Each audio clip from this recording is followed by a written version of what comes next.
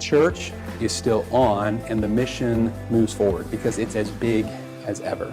And I've told you often that our mission here is to build the church our friends and neighbors will join and our children will one day lead.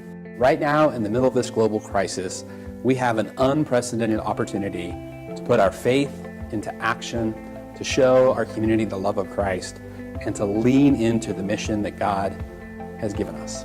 Right now, all around us, people are searching for answers, they're longing for hope, and they are hungry for significance and meaning. And so we will continue to build people, and we believe that God will continue to build His church. And we don't believe for a minute that Jesus is waiting until the day when we can gather in our facility, but rather He is building His church today. His church that is scattered across our community, meeting in homes, together with family and friends and neighbors, watching this service together, worshiping together online, continuing week by week to love on one another and care for one another and serve one another. He is building that church today. We will not be that church when we get back together again. We are that church.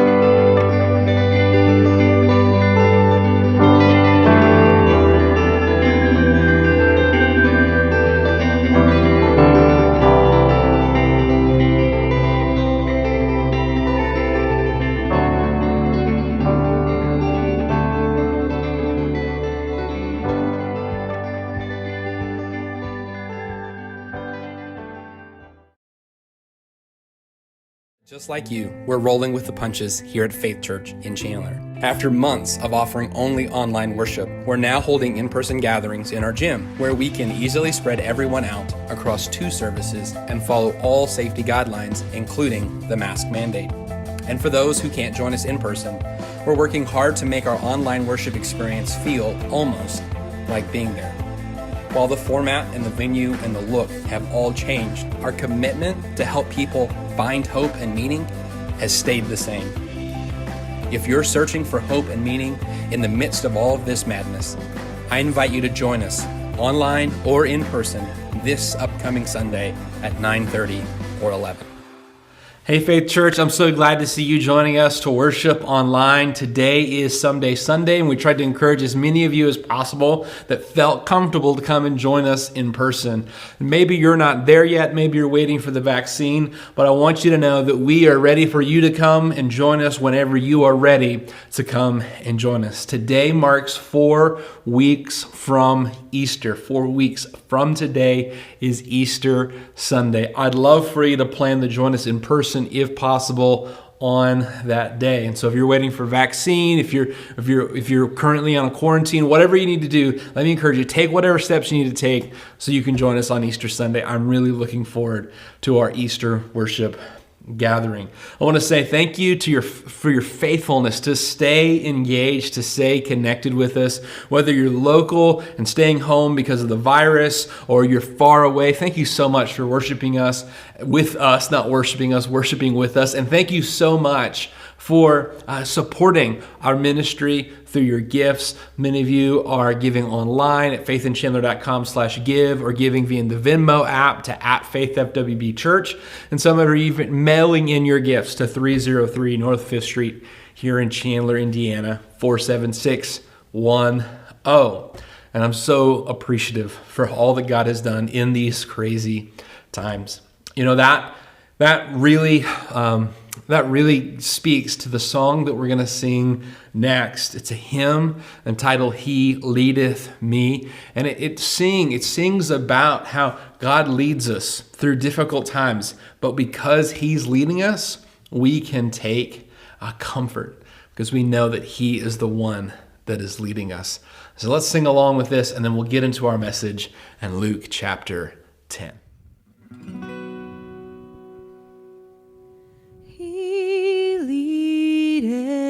Me, oh blessed thought, oh words with heavenly comfort fraught. Whate'er I do, where'er I be, still 'tis God's hand that leadeth me. He leadeth me, He leadeth me by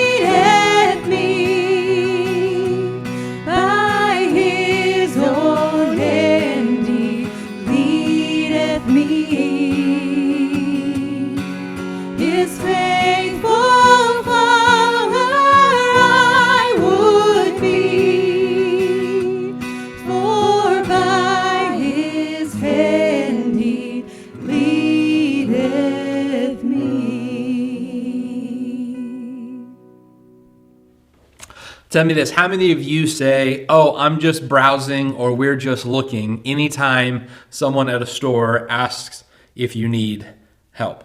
I do this instinctively. Even when I'm specifically looking for something and I need help, I'll just kind of out of reflex say, oh, I'm just looking. I think I picked this up from my dad because I'm pretty sure my dad would rather wrestle an alligator than have to deal with a pushy salesman.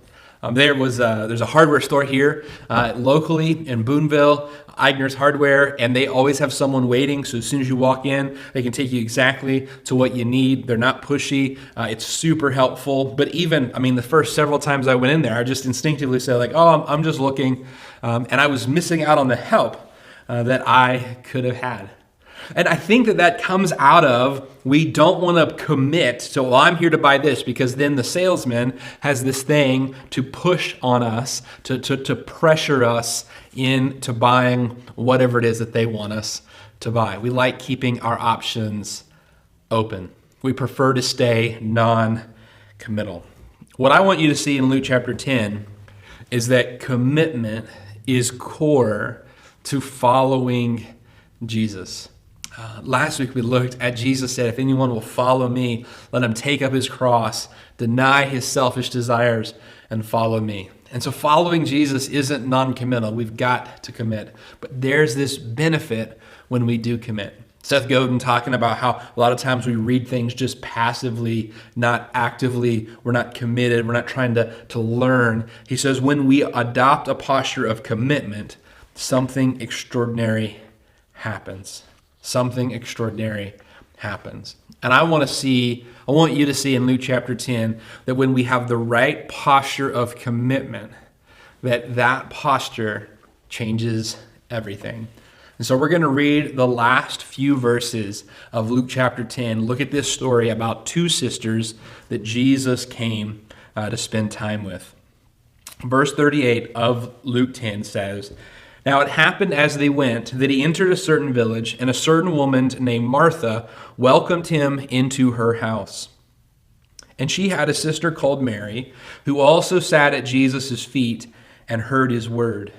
But Martha was distracted with much serving, and she approached him and said, Lord, do you not care that my sister has left me to serve alone? Therefore, tell her to help me. And Jesus answered and said to her, Martha, Martha, you are worried and troubled about many things, but one thing is needed. And Mary has chosen that good part which will not be taken away from her. How many of you have a sibling? If you have a sibling, you can probably understand what happens in this passage easier than someone who is an only child, because siblings are constantly telling on one another. And what we have here is Martha telling on Mary to Jesus and trying to get Jesus to side with her. Now, this story has been kind of dissected and used in countless sermons and books. And I'm afraid that many times when people think of this story, they see Mary and Martha as these polar opposites. They see Mary and Martha as these two extremes. And if you had a sibling or if you have two children, you probably can see them in the ways that they contrast from one another. But I want to start off by pointing out what was similar about Mary and Martha. This passage says that Martha welcomed Jesus into her house and that Mary also was listening to what Jesus had to say. We should be clear to start off here that both Mary and Martha were disciples of Jesus. Both Mary and Martha wanted to listen to what Jesus had to say. I'm afraid that we see Mary, she's sitting at Jesus' feet, and we think of her posture as passive, and she's not actively pursuing Jesus. And we see Martha, and she is really busy serving, and she's distracted with all these things, and she's really committed, but she's not following Jesus. The reality is that both of them have welcomed Jesus' presence into their lives. But like all of the disciples, they're still working out how this is going to look in their lives. I don't want you to think of Mary as having this passive stance, this passive posture with Jesus. Because if we're not careful, we can be enticed by this message of passivity in a relationship with Jesus. We can be enticed by this idea of non-committal, that I'm just here to hear the teaching of Jesus, that it needs to be laid upon me. I think if we're not careful, that the idea of Sabbath can actually be this temptation to exempt ourselves from commitment and activity. Sabbath and resting in Jesus and sitting at Jesus' feet, none of that should be construed as a way to get your permission note to get out of serving. All right? How many of you ever tried to get your mom to write you a note so that you could skip school? How many of you ever maybe fooled your mom into thinking that you were sick when you weren't really? Mary isn't sitting at the feet of Jesus because she wants to get out of work. Mary isn't sitting at the feet of Jesus because she's non-committal or passive.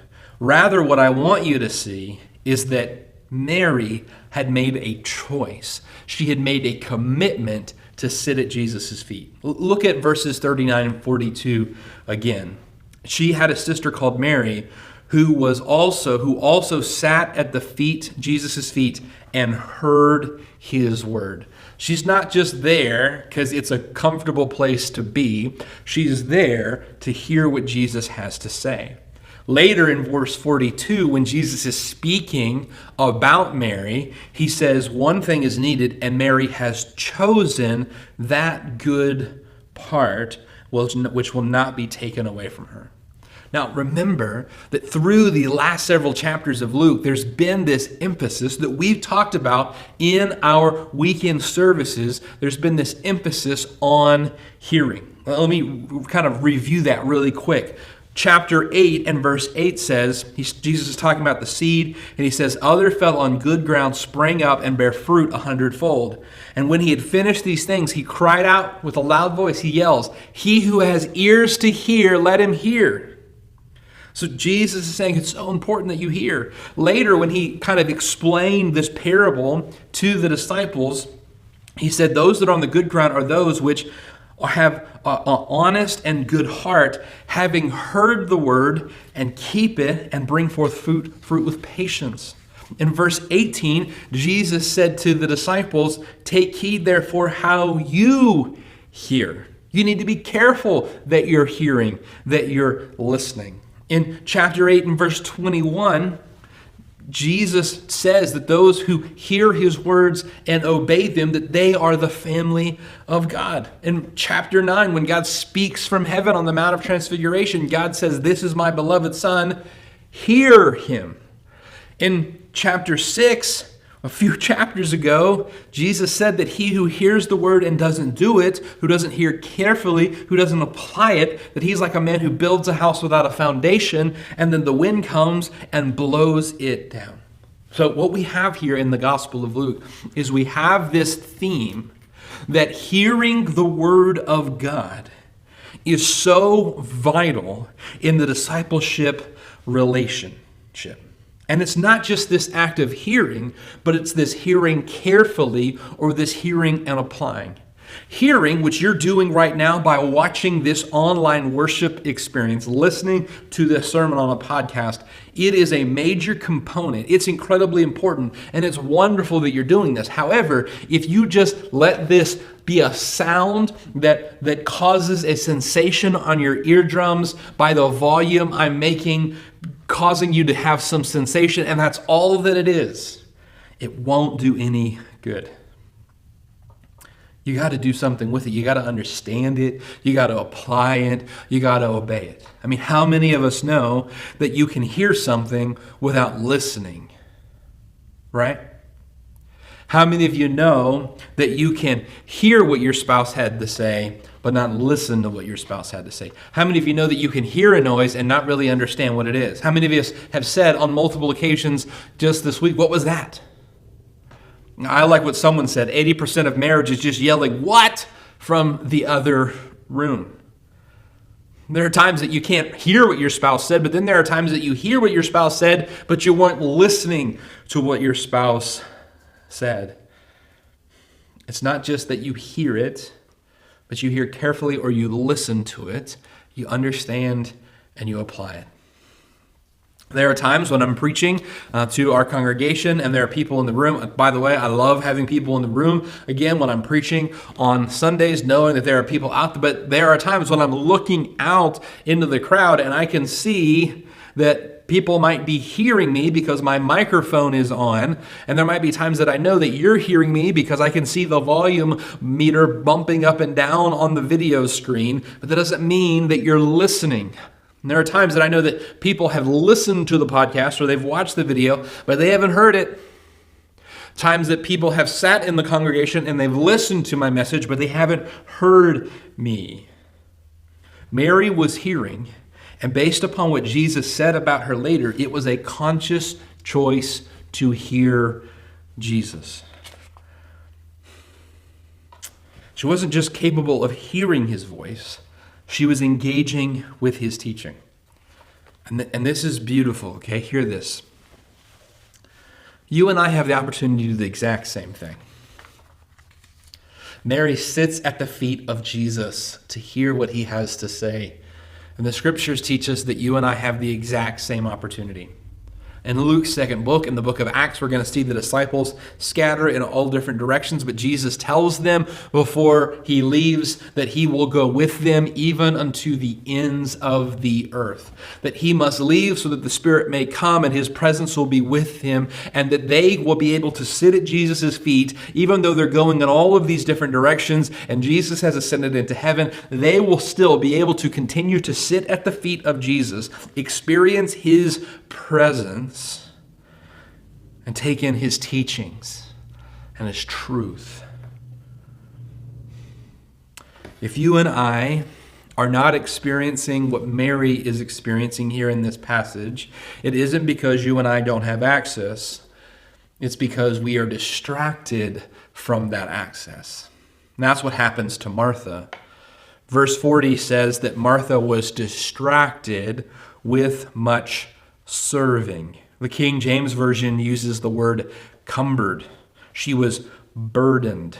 And this word in the Greek is not used anywhere else in the New Testament, but when people were translating the Old Testament into Greek in what's called the Septuagint, they use this same word for Ecclesiastes 3:10, where the teacher says, I have seen the travail which God has given the sons of men to be exercised. And he's saying, I can see the sorrow or the hardship or the difficulties of life. Mary or Martha is covered up. She's burdened with all of these troubles, all of this sorrow, all of these things that need to be taken care of. And in verse 41, Jesus says about Martha, Martha, Martha. And isn't it beautiful that he says her name twice?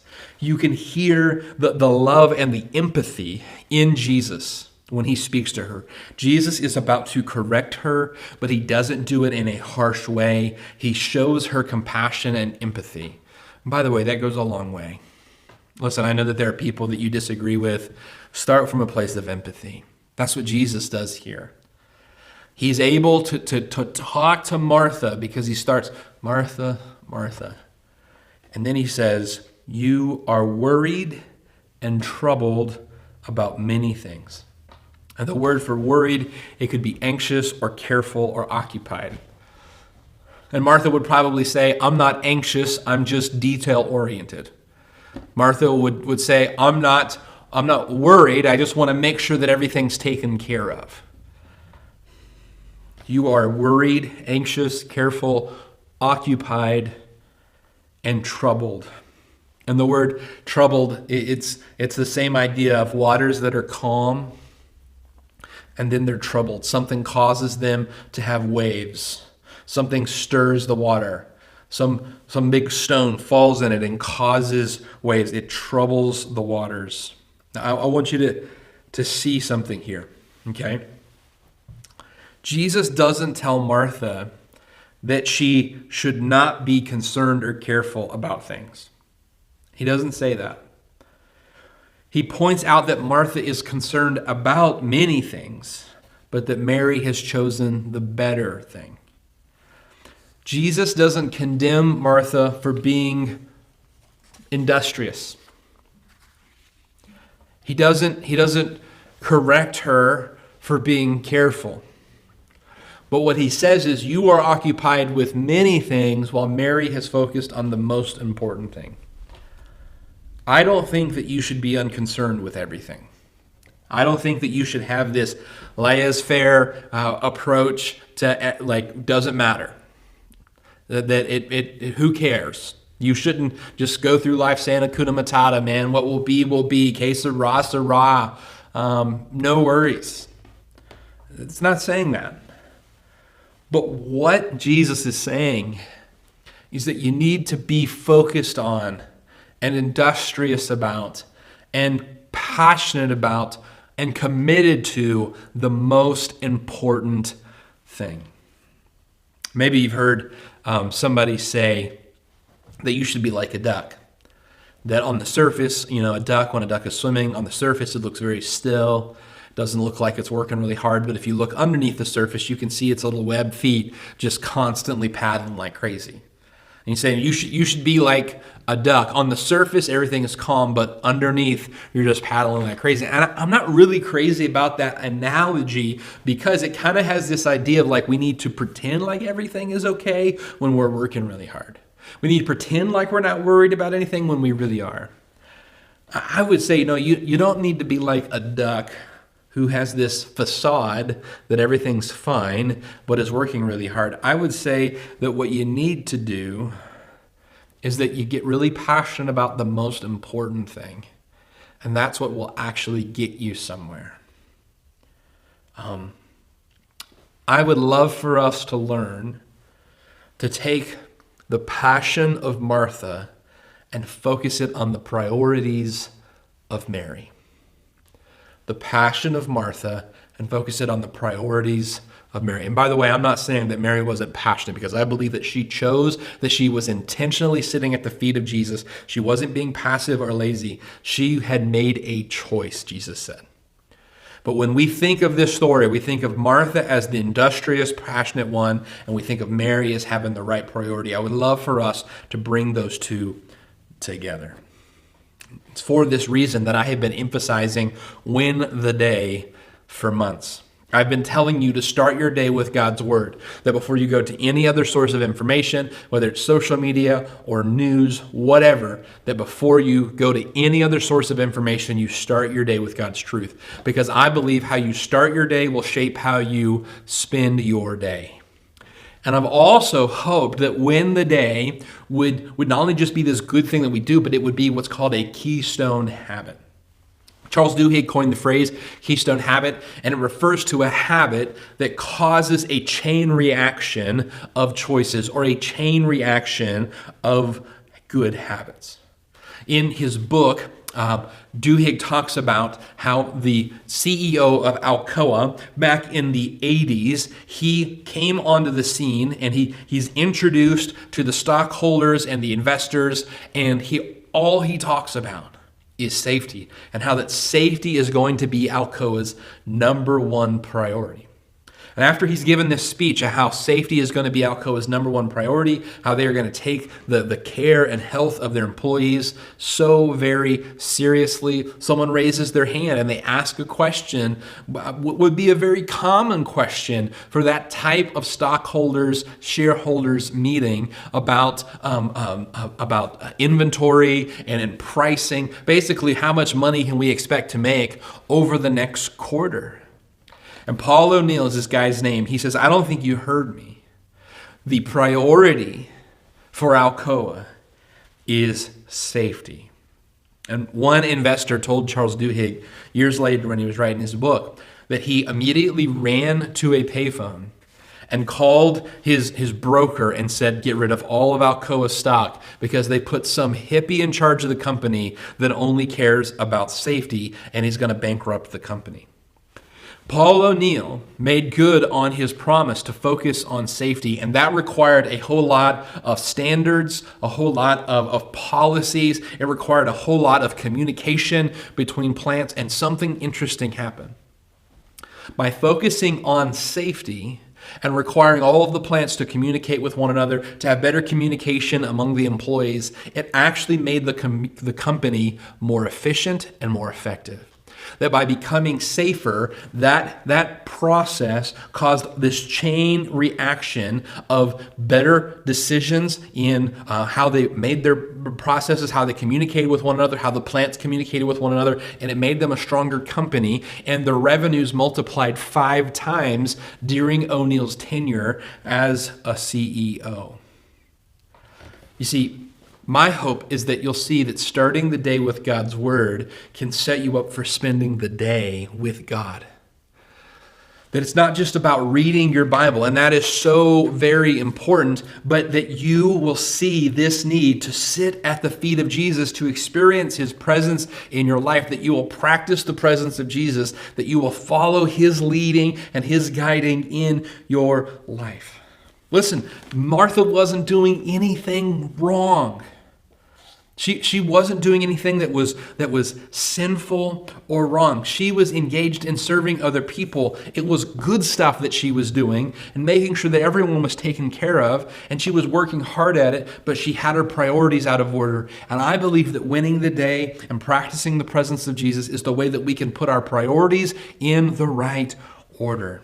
Listen, there's a lot of really great stuff that you could do. There's a lot of really important things that we can be passionate about and we can be loud about, but there's one needful thing, and I will continue to beat the drum on this one needful thing. We must sit at the feet of Jesus, because it doesn't matter how fast you climb the ladder if it's leaning against the wrong wall. It doesn't matter how fast you make it down the road if you're going in the wrong direction. It doesn't matter how zealous you are if you're working on the wrong things. But I believe that if we focus on the right thing, if we're going down the right path, if we've got our eyes upon Jesus, if the ladder is leaned against the right wall, that all of those other things will take care of themselves.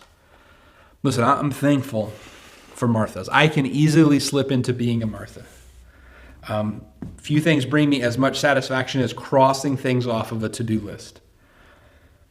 But Marthas, like me, we often get lost in the list of things that need to be done and miss out on the most important thing that we can do.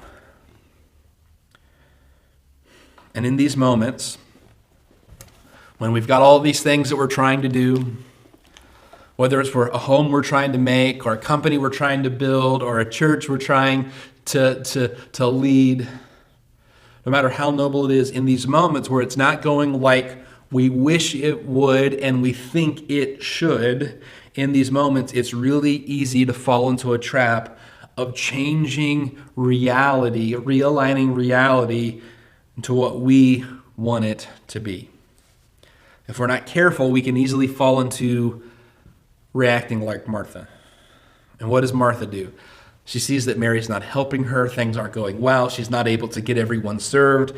And she says, Jesus, don't you care? Martha tells on her sister to Jesus. You ever tell on people to God? You ever say, hey, God, did you know that they're not doing what they're supposed to? Guilty. Now, obviously, God knows, and we know that He knows, but what we don't understand is, why doesn't He care? But Martha says, Lord, don't you care? Master, don't you care that my sister isn't helping me? Martha knew that Jesus knew that Mary wasn't helping, but she didn't understand why Jesus wasn't doing something about it.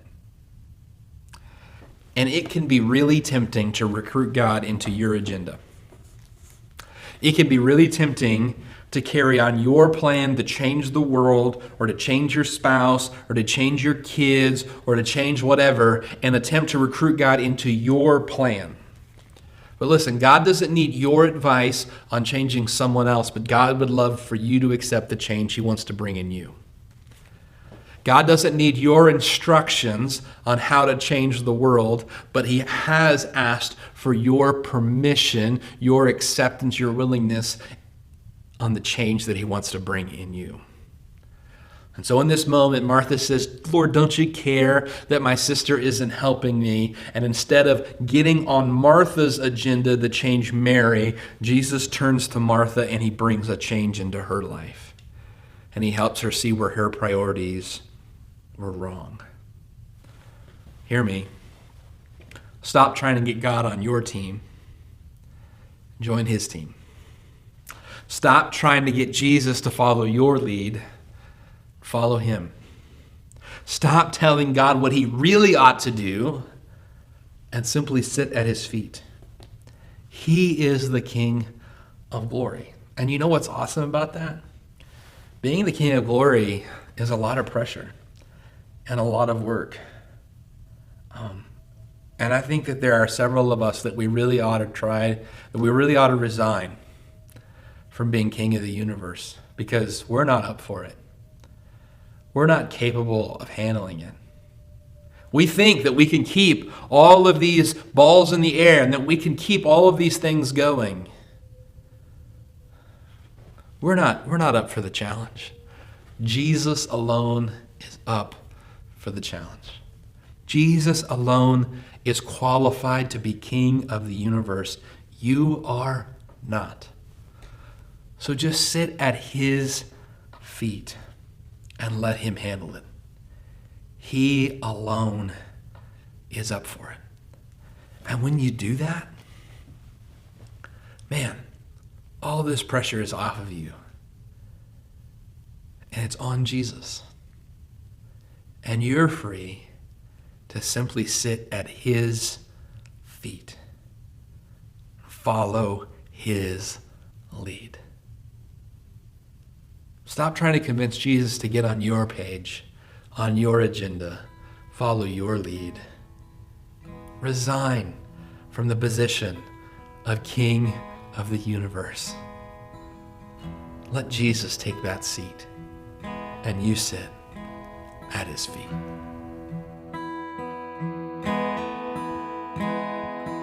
Who is the great King of glory, seated on high in the heavens? Oh,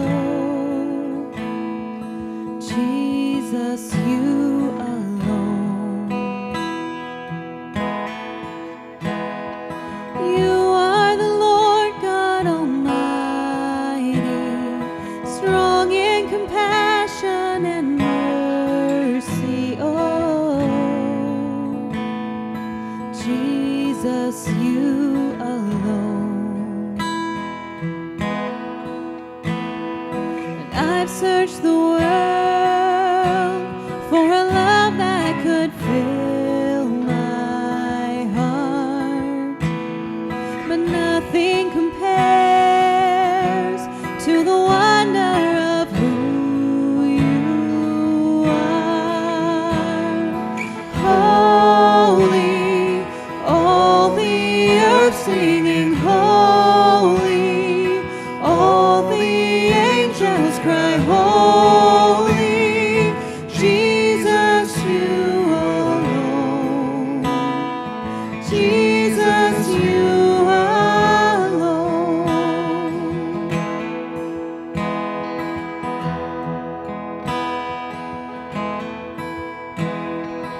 You set the stars in the heavens. You set the world into motion. Oh, Jesus, you alone. You breathe your life in creation.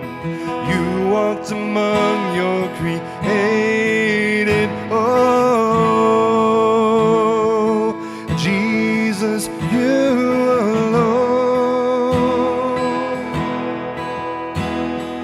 I've searched the world for a love that could fill my heart, but nothing compares to the wonder of who you are.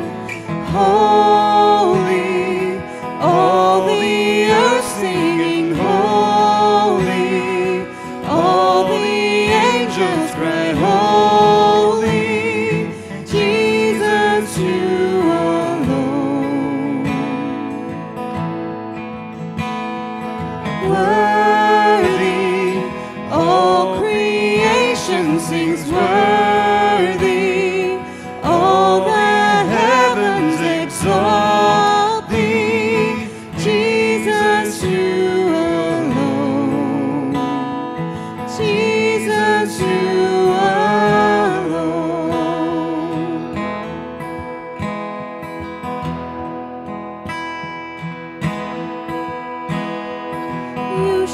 your blood for salvation.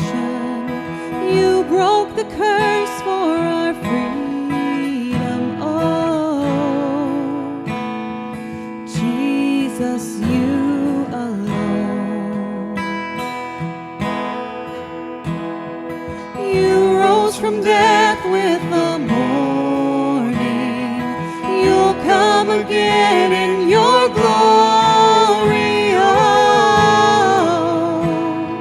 Jesus, you alone.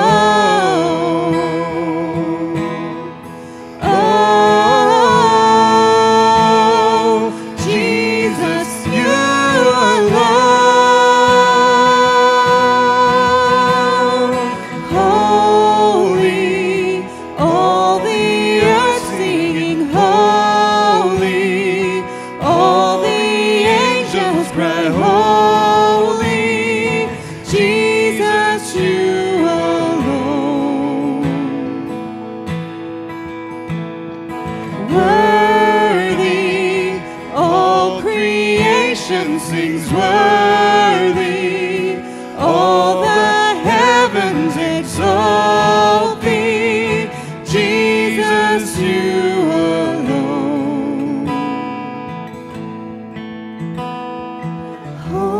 Holy, I can't help but sing holy, how my heart cries out holy, Jesus, you alone.